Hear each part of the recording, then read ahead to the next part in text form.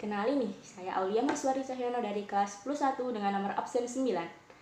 Nah, pasti kalian udah tahu tujuan dari pembuatan video ini. Jelas banget buat mempresentasikan mind map saya, terutama nih di video kali ini saya akan mempresentasikan tentang bab besaran dan pengukuran. Penasaran atau enggak nih? Sebenarnya terserah kalian sih mau penasaran atau enggak. Yang jelas saya mau presentasi sekarang. Langsung saja ke videonya. Nah, pertama-tama saya akan kasih tunjuk kalian gimana sih mind map besaran dan pengukuran saya. Nah, jadi seperti inilah tampak mind map saya tentang bab besaran dan pengukuran. Oke, setelah kalian puas nih lihatnya, selanjutnya saya akan menjelaskan apa saja sih arti-arti yang saya gambarkan di sini. Yuk, langsung kita bahas satu-satu. Nah, jadi di mind map kali ini tentang besaran dan pengukuran saya buat menjadi dua bagian tentang besaran pokok dan juga besaran turunan. Kalian udah tahu belum nih apa aja yang masuk besaran pokok dan apa aja yang masuk besaran turunan? Kalau kalian belum tahu, simak deh video ini baik-baik. Yuk kita cari tahu sama-sama. Nah, sekarang kita bahas nih cabang yang pertama dulu, yang warna merah. Jadi di cabang yang warna merah ini nih menggambarkan tentang macam-macam besaran pokok. Apa aja sih itu? Yuk kita langsung ke yang pertama. Di sini ada gambar senter. Kira-kira senter gambarin apa ya? Kalau di besaran pokok, oh iya, senter kan munculin cahaya. Jadi senter pasti mewakilkan besaran pokok intensitas cahaya. Nah, untuk satuannya sendiri yaitu kandela. Kemudian di sini ada nih gambar kayak Erlenmeyer, terus ada kayak zat-zat di dalamnya. Wah, ini pasti gambarin jumlah zat. Besaran pokok jumlah zat, satuannya apa ya? Oh iya, molekul. Kemudian next nih, kita ke gambar yang berikutnya. Ada gambar petir-petir. Petir kan biasanya ada listriknya. Wah, ini besaran pokok kuat arus listrik nih dengan satuan ampere.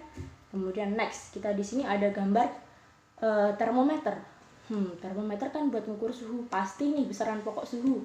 Satuannya bukan Celsius ya. Kalau satuan untuk suhu, satuannya itu Kelvin. Ingat, Kelvin bukan Celsius.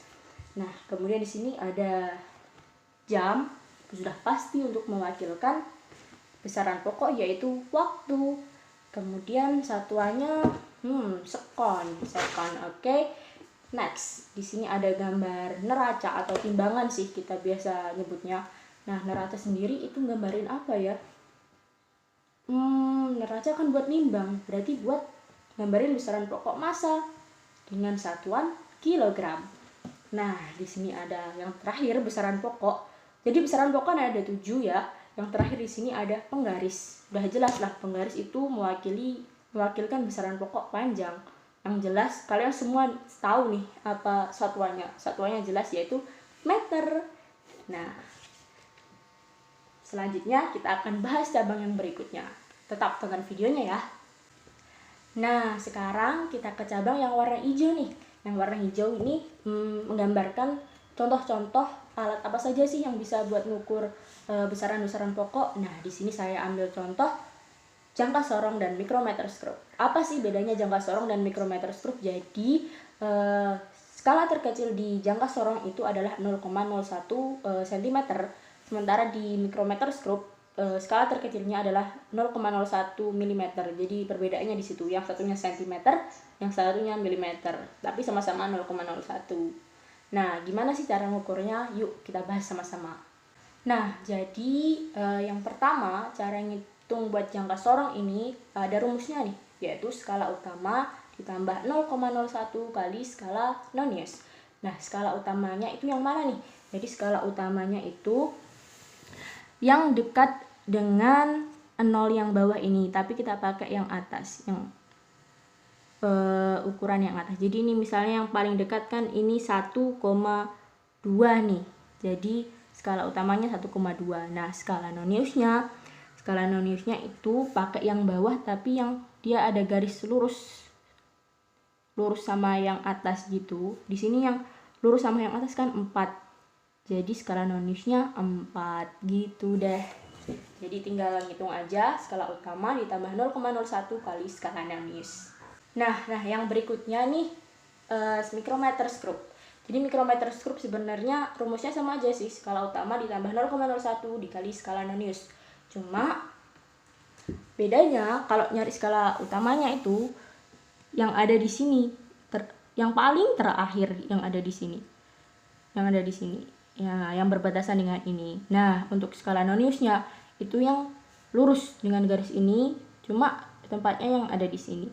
Seperti itu. Yuk kita bahas yang besaran turunan. Nah, berikutnya nih yang besaran turunan. Ada apa aja sih di besaran turunan? Ini saya ambil beberapa contoh aja ya. Di sini ada lapangan. Menggambarkan apa ya kira-kira? Wah, oh iya, menggambarkan luas satuannya sih biasanya meter persegi ya. Kemudian di sini ada bangun ruang, kubus ya ini. Berarti menggambarkan kubus punya volume. Oh, ini menggambarkan volume satuannya yaitu biasanya meter kubik ya. Terus di sini ada speedometer, jelas menggambarkan kecepatan, satuannya meter per sekon. Kemudian di sini ada mobil dengan ticker timer. Ticker timer identik dengan percepatan. Berarti ini percepatan, satuannya biasanya meter per sekon kuadrat. Kemudian di sini ada seperti box dengan gaya 1, gaya 2, ditarik gaya. Oh, berarti ini menggambarkan gaya nih. Satuannya itu kilogram meter per sekon kuadrat. Nah, di sini lampu watt. Wah, berarti daya nih, daya satuannya yaitu kilogram meter kuadrat per sekon kubik.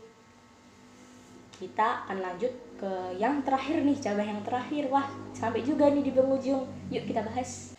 Nah, di cabang yang terakhir nih ada alat yang bisa kita pakai untuk mengukur besaran turunan. Salah satunya itu buat ukur volume. Nah, oh iya, yang micrometer scope sama jangkau sorong tadi bisa buat ukur besaran pokok panjang ya. Nah, yang volume ini saya ambil contoh yaitu gelas ukur atau tabung ukur ya. Jadi ini cara pemakaiannya, ada volume mula-mulanya. Kemudian ketika dimasuki benda dengan volume yang tidak beraturan, akan terlihat nih perubahan volume airnya. Nah, di situ bisa dilihat deh. Oh, volume benda yang saya masukkan sekian ya. Dilihat dari perubahan volume yang terjadi pada air. Kemudian yang di sini, ini juga ada nih volume awalnya. Terus kita masukin benda dengan volume yang tidak beraturan. Kemudian ada yang tumpah nih, tumpahnya sekian. Oh, berarti volume benda yang aku masukin tadi volumenya segini ya, dilihat dari air yang tumpah ini. Seperti itu konsepnya. Nah, saya rasa cukup sekian nih pemaparan saya terkait mind map bab besaran dan pengukuran. Semoga bisa menambah sedikit pengetahuan kalian atau ya setidaknya mengingatkan kalian lah tentang bab ini. Semoga bisa bermanfaat. Sekian video dari saya. Wassalamualaikum warahmatullahi wabarakatuh.